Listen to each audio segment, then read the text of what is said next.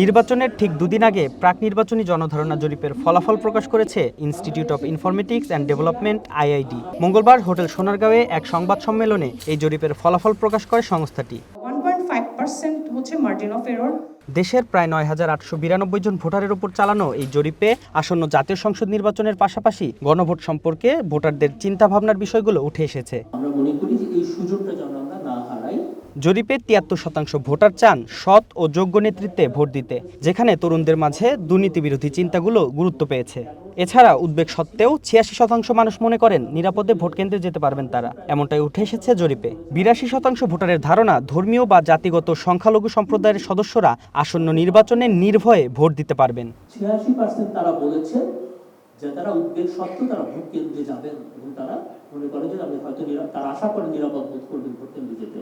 অর্থাৎ যদিও ৫৫% বলেছেন তারা মনে করেন যে বাধা তৈরি হতে পারে, বাট ৮৬% বলছেন আমি ওই বাধাটা আমাকে ভোট কেন্দ্র থেকে আমাকে বিরত রাখার জন্য না। এই যে এত দীর্ঘদিন পরে একটা ভোট হচ্ছে, আমি ভোটটা বুঝলাম কি বুঝলাম না, জানলাম কি জানলাম না চাইতেও ভোট দেওয়ার ব্যাপারে মানুষের আগ্রহ যে অনেক, এই রেজাল্টটা সেটাই বলছে। অন্যদিকে জুলাই সনদের বিষয়বস্তু নিয়ে ৩৭% ভোটার জানলেও বেশিরভাগেরই এ বিষয়ে ধারণা কম। ভোট নিয়ে বর্তমান সরকার নিরপেক্ষ কিনা এমন প্রশ্নে ৪৮% মানুষের মতে বর্তমান সরকার নিরপেক্ষ হলেও সংশয় রয়েছে অনেকের মাঝেই। জুলাই সনদে যে দলগুলো যে বিষয়ে একমত হয়েছে আপনি সেটা মানেন কিনা, তো তাহলে আপনাকে ওখান থেকে আসলে জুলাই সনদটা বুঝতে হচ্ছে। জুলাই সনদ আপনার দল সেটা স্বাক্ষর করেছে না মেনেছে কিনা আপনাকে বুঝতে হচ্ছে।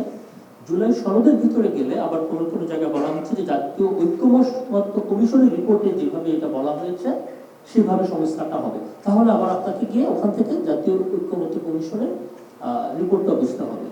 তো আমরা যখন জানতে চেয়েছি যে তিনি কতটুকু জানছেন, তিনি আসলে প্রশ্নটা পড়ছেন, পড়ে প্রশ্নটা বুঝেছেন, তারপরে কতটুকু বুঝলেন সেটা নিয়ে আমাদের কিছু প্রশ্ন ছিল। নির্বাচন নিয়ে আরও নানামুখী তথ্য উঠে আসে আইআইডির জরিপে। পরিবর্তনের পরে মাহমুদুল হাসান, ওয়ান নিউজ, ঢাকা।